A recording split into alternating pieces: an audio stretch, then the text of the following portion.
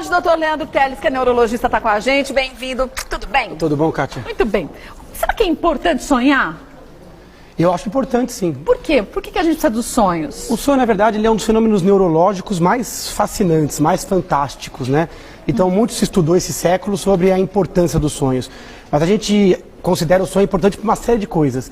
Para você organizar memórias do dia anterior, para você exercitar a criatividade, colocar a casa em ordem. E também ele é um simulador emocional, né? Ele coloca você em algumas situações onde você pode testar a sua reação. Então, ele é saudável sonhar. Agora, é mais saudável sonhar do que lembrar, provavelmente. Porque o sistema ele é feito de forma que você não consegue lembrar da grande parte das coisas que você sonha. Porque para as pessoas em casa entenderem, a gente sonha em determinado estágio do sono, né? Exatamente. Em qual desses estágios? Primeira coisa, assim, importante, todo mundo sonha. Tem gente que fala assim, eu não sonho, mesmo que não lembre. Então, as pessoas todas sonham, homem, mulher, criança, adulto, rico, pobre, sonham uma coisa universal. E a gente sonha várias vezes por noite. A gente tem uma média de 4 a 5 episódios de sonho todas as noites. Mas acontece, às vezes você está sonhando, normalmente quando é sonho ruim, quando é bom isso não acontece. Você está sonhando, você vira do lado, dá uma acordadinha, que você fecha os olhos, ele continua. Aí você faz a mesma coisa do lado, continua. Quando é sonho bom, você acorda e vira, ele acaba. É difícil retomar. Então, isso é verdade. A gente estima que as pessoas normais sonham em torno de 6 anos da sua vida. 6 anos? Você passa sonhando? 6 anos da vida sonhando, 2 horas por noite, isso é fragmentado e você lembra só da pontinha do iceberg. Você lembra de 10%, 5%. Aqui no nosso plasma a gente tem as fases do sono, né? Que interessante. Fase 1. Você está com uma sonolência, fase 1, né? Começa à noite. Aí a fase 2, já o relacionamento já é maior. Você passa a perceber menos o ambiente externo, passa a se movimentar menos. A gente chama isso de... o cérebro vai ficando mais lento, as ondas vão ficando mais lentas. É aqui nessa fase 2 que às vezes parece que a gente sonha, ou você começa a ter a sensação que você está caindo no buraco assim. Isso é fase 1, no máximo na fase 2. A gente chama de mioclonia do sono. Você está lá meio sonolento, lá, cai num buraco, de repente né? você dá um pulo, né? A pessoa que está do lado está acordada, toma um susto, né? Chama mioclonia fisiológica do sono. Isso é típico da fase 1 e 2. E por que acontece isso? Isso acontece por um sobressalto. Como você não está nem lá, nem cá, né? Você está no meio do caminho, você já está percebendo algumas coisas do ambiente. De repente você tem um pensamento, como se tivesse caído, tropeçado, e dá um pulo na sua cama. Isso é absolutamente normal. A fase 3 já é sono profundo. Aqui a gente não escuta muito, o cérebro já está bem lentificado, ondas bem lentas. Só que na fase 1, 2 e na fase 3, a gente não tem sonho nenhum. De repente surge a fase 4, fase REM. Alguns autores chamam de fase 5, dividem a 3 em 3 e 4, e o sono REM em fase 5. O REM, esse nome vem de movimento rápido dos olhos. Nessa fase é muito interessante. O corpo está paralisado. A gente não mexe nenhum músculo, mas os nossos olhos estão mexendo de um lado para o outro de forma bem rápida. E o cérebro ele acorda e passa a sonhar. Então a gente acorda para dentro de nós mesmos. A gente não percebe o ambiente, não tem nenhum movimento, só os movimentos dos olhos. A fase REM é a fase dos sonhos. É essa misteriosa e fascinante fase dos sonhos, onde a gente é levado a construções mentais absolutamente bizarras, fantásticas, inéditas e tão importantes para a nossa saúde mental e psíquica. Você nunca esteve no lugar, de repente você chega e você sabe. O que é isso? Isso é estranho. Então, a gente chama isso de déjà vu, né? Uma sensação de que você tem um ambiente que não é familiar, mas você percebe uma certa familiaridade. E você até sabe algumas... Às vezes você consegue inferir algumas nuances. Então tem que tomar um pouco de cuidado, porque às vezes são informações que vieram do seu inconsciente, mas que estavam na sua memória. Eu tenho um vaso vermelho ali? Às vezes sim. Porque senão você vai ter que acreditar em coisas sobrenaturais, né? Ou que você possa ser apresentado, por exemplo, num sonho, ou que você possa ter tido outras passagens. Aí fica uma coisa difícil de a gente explicar cientificamente. Mas as duas coisas são possíveis. O déjà vu, você sentir familiaridade, ou sentir semelhanças em ambientes que você não conhece, e o jamais vu, né? O jamais vu que é você estar num ambiente familiar e sentir estranho. Né? Nossa, essa pessoa é familiar, mas eu estou sentindo... Dá uma repelida, isso, assim, né? Então, esses dois fenômenos, eles são cerebrais, só que realmente a gente parte do pressuposto que você não sabia onde estava o vaso, né? Vamos ver agora mais uma pergunta? Da Penha aqui de São Paulo. Sonho com pessoas que eu não conheço e com lugares que nunca estive. Por que isso acontece? Então, aí tem várias explicações para isso. Primeiro, às vezes a pessoa acha que não conhece ou que não esteve, mas conhece e esteve. A gente vê milhões de faces durante a vida. Às vezes aquela face que a gente não fixa pode aparecer num sonho. O sonho, ele é em grande parte uma colcha de retalho de memórias. Agora, a pessoa pode ter visto num filme, pode ter ouvido falar, né? Pode ter imaginado, pode querer estar. Então o cérebro ele pode criar coisas que não estão na memória. Então, que nem eu falei, o sonho é em grande parte uma colcha de retalhos de memória. Mas é uma memória com componente emocional bem intenso. E chama atenção, Kátia, que uma área do cérebro ela se desliga no sonho, que é a região frontal. E por que ela se desliga? A região da crítica está desligada, do juízo. Então por isso que o sonho ele é tão, às vezes, bizarro, né? Por isso tem gente que sonha que assassina e mata todo mundo. Exatamente. Ele pode ser politicamente incorreto. As pessoas acham que no sonho elas são elas mesmas, mas não são, né? Então no sonho você vive em primeira pessoa, o protagonista, mas ao mesmo tempo é você que cria o sonho todo, né? Sim. Porque é uma função do seu cérebro. Então por isso que o sonho é um pouco complicado. As pessoas falam, nossa, eu vivi algo tão absurdo e não percebi, né? Lógico, porque na verdade a sua crítica estava desligada na hora. Então você é tanto o diretor do sonho, como o ator principal. Por isso é algo tão maluco, né? Então, nos momentos meio turbulentos da vida, a gente pode ter sonhos mais agitados, sonhos mais estranhos? Pode sim. Então, pesadelos recorrentes, sonhos mais agitados. O sonho ele vai traduzir em grande parte aquele seu estado emocional. A pessoa que está pensando no vestibular, por exemplo, pode sonhar de forma recorrente com a prova, com o temor, com a hora da aprovação ou da reprovação. Então, é muito comum um sonho refletir. Quem já passou o dia inteiro jogando cartas, por exemplo, chega à noite e sonha que está jogando cartas. Faz jogo, ganha e tal, e aí você acorda e fala, putz, pena que não foi verdade. Pena que não é verdadeiro.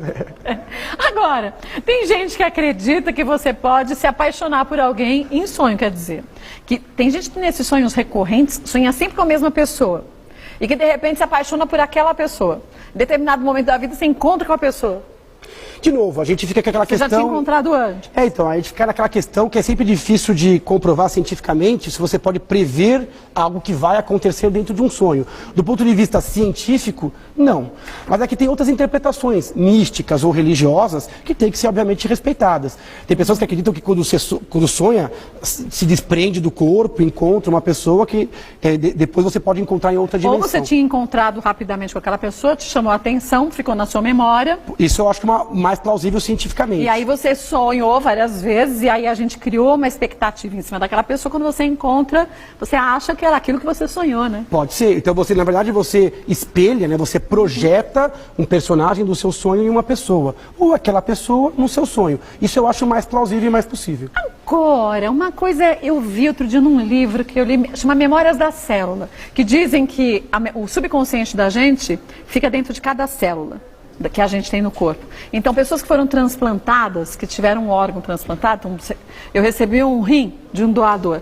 Eu passo a, muitas vezes, ter um sonho como aquela pessoa tinha, ou a gostar de alguns alimentos como aquela pessoa gostava. Até foi o caso de um hambúrguer que citaram no livro. O rapaz era doido por hambúrguer, de repente, a mulher que odiava hambúrguer começou a gostar de hambúrguer.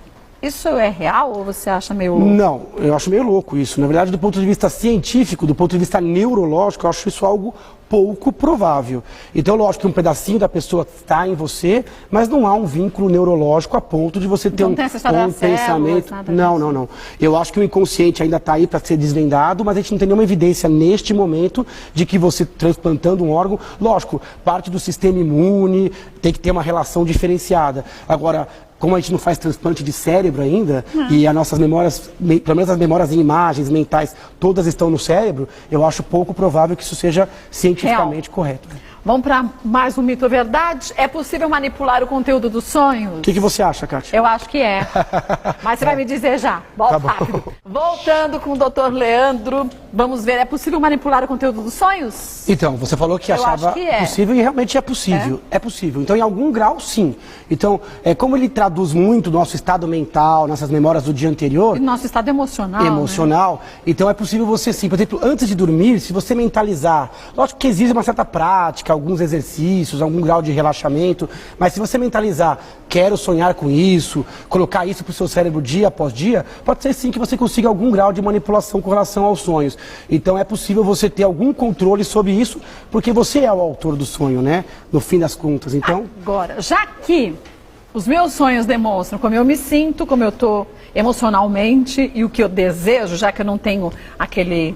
É o córtex, né, que você falou? Isso, a região frontal, você não tem a crítica, você não tem a inibição da possibilidade. Eu não posso também analisar os meus sonhos de uma forma que eu tente me conhecer, um autoconhecimento? Por exemplo, quais são os meus medos, quais são os meus desejos? Posso, Exatamente, como você reagiria em determinada situação. Então, em parte, o sonho ele te confronta com isso sim. Ele leva a um autoconhecimento. Ele te coloca em situações que você não viveria na vida real, ou seriam improváveis, e você é colocado diante disso, né? Se você pegar a teoria freudiana dos sonhos, ele coloca muito isso. Desejos reprimidos seriam expressos, né, pelo inconsciente, junto com o consciente, para que você lide com essas emoções. Então, o simbolismo dos sonhos, as questões que algo poderia representar outra coisa, eu acho que tem parte de verdade nisso. Então, hoje a ciência do sonho, ela tenta achar entre a mística, as questões freudianas e a ciência neurológica em si, ali um meio termo para poder entender de forma mais global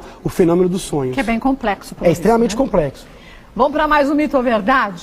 Vamos ver agora. Crianças têm muito mais pesadelos que adultos. Isso é verdade. Por quê? Isso é verdade. Crianças, primeiro que eles acreditam em coisas, às vezes que o adulto não acredita. Elas se impressionam às vezes mais com algumas coisas. Então, crianças têm muito mais pesadelo. Agora, todo mundo tem eventualmente um pesadelo. Em torno de 90% das pessoas eventualmente vai ter pesadelos. Então, adultos ou crianças. Agora, várias coisas determinam um sonho ser pior. Por exemplo, se a pessoa estiver numa fase da vida negativa ou depressiva, ansiosa, vai ter mais pesadelo. Se a pessoa tiver algum desconforto durante a noite, ela pode reconhecer isso durante o sonho como um pesadelo. É muito comum a pessoa ou ter uma apneia. Então, a apneia do sono pode levar a uma sensação de sufocamento que pode ser interpretado como um sonho ruim, emocionalmente ruim. Então, as pessoas que têm dor à noite... Ou tem calor, ou estão com frio. Um mito interessante é a questão da alimentação, né? Falar assim, dormir de barriga cheia leva ao pesadelo. Isso, em alguns casos, é verdade. Alimentos de difícil digestão, refluxo, pode eventualmente ser interpretado. Porque dá uma má digestão e você sente um incômodo e sonha com algo. A gente chama ruim, isso de né? intrusão, né? Alguma coisa que você sente fora e que se manifesta dentro do seu sonho. Alguém liga uma torneira lá, na sua casa, no seu quarto, e você visualiza isso como uma cachoeira, por exemplo, no sonho. É uma intrusão, no caso, tornando o sonho que era positivo um sonho mais negativo. E terror noturno? Terror noturno é bem diferente de pesadelo, na verdade. O terror noturno é um despertar assustado, e ele acontece na fase 3, antes dos sonhos, na verdade. Tá. Então a pessoa acorda assustado, pupila dilatada, coração... E a pessoa não lembra, ela não refere que estava sonhando. Dormindo. Exatamente. Ela parece que continua dormindo ainda. E ela continua no estado mais próximo do sono do que do acordado. Então o olho está aberto, a criança está sentada na cama, mas a criança não refere, criança ou jovem não refere que estava tendo um pesadelo, como no dia seguinte ela nem recorda. lembra de nada disso, né? Então o terror noturno é diferente do pesadelo, bem diferente. Vamos para mais uma pergunta? Michele, sonho muito durante a noite e sempre acordo muito cansada. Esse cansaço é devido ao excesso de sonhos? Então, eventualmente. Na verdade, o que ela refere é que ela lembra muito dos sonhos que ela sonha à noite. E fica cansada. Precisa ver se ela está tendo vários despertares à noite, né? E aí o sono não é reparador, né? Quando você tem uma noite de sono de 8 horas, que você dormiu e acordou no dia seguinte, você vai lembrar de um sonho. Provavelmente do final de um sonho que é o último. A gente sonha mais, inclusive, na segunda metade da noite. Então, lá das 3 da manhã para frente é onde você tem mais sonhos. Então, precisa ver no caso dela se ela está sendo despertada pelo conteúdo do sonho emocional que está acordando muito ela, fazendo com que ela lembre, ou se ela tem algum outro problema, por exemplo, insônia, apneia do sono, algum problema da tireoide. Então, é fundamental, se estiver incomodando ela, procurar um médico. E o sonambulismo? Aí o sonambulismo é outro distúrbio de sono, onde a pessoa levanta da cama e sai ali perambulando. De novo, a pessoa não está sonhando com o que ela está fazendo. É um evento que não tem nada a ver com o sonho. Mas por que ela levanta? O que acontece na mente dela? A gente não sabe exatamente qual é a ruptura, mas de novo, é um estado entre a vigília e o sono. A pessoa se a gente não desligasse. Não está fixando a memória. Geralmente a pessoa está com os olhos abertos. Diferente do que o pessoal fala, que a pessoa fica com o braço esticado, geralmente não, está com o braço parado, e é meio perigoso, se tiver às vezes escada, porta aberta. Assim, mas não assim, não pode acordar, porque senão a pessoa morre. Isso é uma besteira, então esse é outro mito. Você pode acordar um sonâmbulo, e aliás, você deve acordar um sonâmbulo se ele estiver numa situação de perigo, com uma faca, alguma coisa. Lógico, você vai acordar devagarzinho e ele pode ficar um pouco estressado. Assim, porque ele não vai entender nada do que está acontecendo. Exatamente. Né? Mas é verdade que dizem que normalmente o sonambulismo acontece na infância e quando se chega à fase da adolescência ou adulta, para? Isso é verdade. Crianças têm o sonambulismo em torno de 10% a 20%. Geralmente na adolescência isso é muito raro, na vida adulta é raríssimo. A gente teve um personagem na novela esses dias, do Cauã Raymond, que era sonâmbulo e tal, né? na última novela global aí. Então, o sonambulismo ele é muito raro na idade adulta, né? Agora, tem um outro distúrbio que chama distúrbio comportamental do sono REM. O que é isso? A pessoa sonha e vivencia o sonho. O quê? Se eu sonho que eu tô matando, eu cato uma faca pra matar alguém? É. Agora, isso é raro, mas é comum a pessoa sonhar que, por exemplo, tá lutando, tá numa briga e acabar acertando, às vezes, o parceiro. Pessoas de mais idade, Nossa. pessoas com Parkinson, pessoas com doenças demenciais, né? Então, podem ter esse tipo, alguns medicamentos levam a isso. A pessoa sonha e vivencia o sonho na cama. Se você interromper, nossa, eu estava sonhando com isso e eu fiz. Porque pessoas normais, saudáveis, quando estão sonhando, estão paralisadas. O corpo não mexe nenhum músculo, salvo os olhos, né? Ah, mas isso é meio louco. Você dorme com o olho aberto e tudo fechado, né? É o dormindo com o inimigo ali, né? Literalmente. Porque você pode a qualquer momento ter uma surpresa. Ou a pessoa se aproveitar disso, né? Também. Tá como é. Vamos para mais aqui um mito ou verdade. O espírito sai do corpo e vivencia as experiências dos sonhos? Já ouviu isso, Kátia? Eu já ouvi. Aí Então, depende da crença de cada Isso é uma um. interpretação até mais fruto do espiritismo, do kardecismo, que tem que ser obviamente respeitada, mas dentro dos limites científicos, isso a gente não consegue diferenciar. Na verdade, o cérebro, ele é a anatomia e a mente mora dentro do cérebro. Não dá para você separar cérebro, então, negócio de alma ou espírito, para ciência isso é muito complicado. E a gente percebe que durante o sonho, a atividade do cérebro se altera. Algumas áreas ligam, outras desligam, então até onde a gente conhece, é uma manifestação do órgão cérebro, né? Não um passeio por outras dimensões. Até algumas pessoas acreditam que quando a gente está sonhando, que você disse que é entre a fase 1 e 2, que dá aquele pulo, é que o espírito sai e ele entra rápido e ele dá aquele pulo. Isso. Então, essas interpretações dos fenômenos dos sonhos são interpretações um pouco mais místicas. À luz do nosso conhecimento científico atual, isso é um pouco complicado, mas, obviamente, tem que ser respeitado com todo tipo de crença pessoal. Vamos para mais um mito ou verdade ou pergunta? Vamos ver o que a gente tem aqui. Um sonho pode predizer o futuro? Olha lá, e aí? Então, entramos em outra crença. Perguntar isso para um neurologista é um pouco sacanagem. Achar que não. Então você quer ouvir a resposta não. Então é complicado. Você lembra do jogo do bicho? O jogo do bicho, pessoal, eu sonhei com um bicho, vou jogar. Mas às vezes dava certo, por sorte. Se você, na verdade, olhar os ganhadores do jogo do bicho, a maioria deles tinha sonhado com o bicho. Por quê? Porque as pessoas só jogavam, ou jogavam muito mais quando sonhavam. Então é óbvio que se você ganhar, vai pra conta do sonho, né? Apareceu no sonho. Então, mas foi a primeira vez que eu joguei, né? Foi a primeira vez. Ou então eu falo assim, sonhar com, sei lá, com cobra é traição. Não, quando eu sonhava com cobra, eu ganhava dinheiro. É dinheiro no seu caso? Mas eu nunca mais sonhei com cobra. Melhor que traição. Pra ver como a gente associa com aquilo que interessa pra gente. É aquela questão da queda de dente, né? Você perdeu o dente, vai morrer. Morre alguém, se for o seu e tal. Então tem que tomar um pouco de cuidado, porque às vezes você já tá numa situação e o sonho já vem pela sua crença. Por exemplo, você já desconfia inconscientemente que está sendo traído e sonha com a cobra. Ou quando aparece o raio da cobra, você vai atrás de uma traição ativamente, né? Assim é. Então tem que tomar um pouco de cuidado com essas associações. Mas até o nosso conhecimento atual, o futuro não foi escrito, né? Então é muito difícil cientificamente você comprovar a questão de futuro ou de prever o futuro antes da hora. Mas tem algumas coisas meio bizarras, vamos chamar assim. Tem coisa, por exemplo, tem coisa estranha. Diz que um dos meninos que trabalha com a gente aqui sonhou que os pais iam viajar, que eles iam viajar e naquela estrada ia ter um acidente. Ele falou para os pais, não viaje que vai ter um acidente. Pois os pais não viajaram e teve um acidente na estrada. Então, para você ver, nesse caso a gente fica um pouco ressabiado, fica na dúvida. Pero é lógico sim, que, pero não.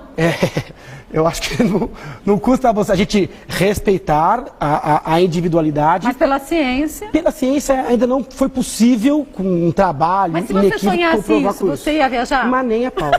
Mas nem a pau.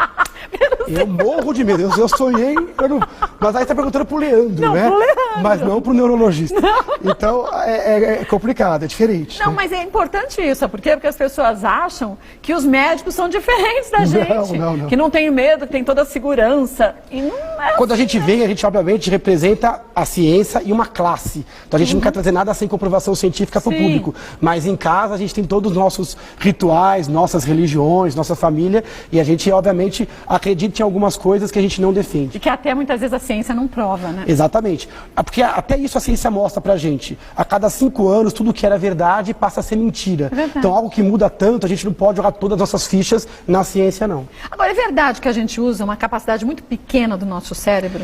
Isso é um mito um pouquinho, né? Quando a gente fala assim, a gente só usa 5%, 10%, não existe nenhum trabalho que mostra isso. Na verdade, o cérebro ele é usado quase na sua integralidade durante um dia. Uma tarefa cognitiva, uma tarefa mental usa 80%, 90% do nosso chega cérebro. A fadiga muitas vezes. Às vezes você tem estafa, cansaço. A gente falou tantas vezes aqui, né? Déficit de memória, de atenção por sobrecarga mental. Então essa história é um pouco mito e aí também fica um espaço para achar que há realmente uma parte não neurológico, não científica, mas eu acho que o cérebro é usado quase e mesmo assim ainda falta em alguns casos, um pouquinho mais de cérebro ajudaria. Né? Mas será que também não é porque o nosso cérebro ele é tão capaz de buscar novas ramificações para muitas vezes corrigir algum problema? Por exemplo, quem é hiperativo? Tá bom, antigamente não se falava em hiperatividade como se fala hoje. Então você tinha certas dificuldades de aprendizado, como também déficit de atenção, e você simplesmente utilizava o seu cérebro de uma forma diferente para você compensar aquela sua dificuldade. Exatamente. Ele tem essa capacidade mais flexível, o cérebro? Isso, a gente chama de plasticidade. O cérebro é um dos órgãos mais plásticos que a gente tem. Ele não funciona sempre igual. A gente leva a função dele de acordo... Eu não sei tocar piano, por exemplo. Se eu treinar, eu vou ter uma habilidade que eu simplesmente não detinha. Então o cérebro ele funciona assim, ele tem um obstáculo e ele vai superá-lo de alguma maneira, por aqui, por ali, nas doenças a gente vê isso, né?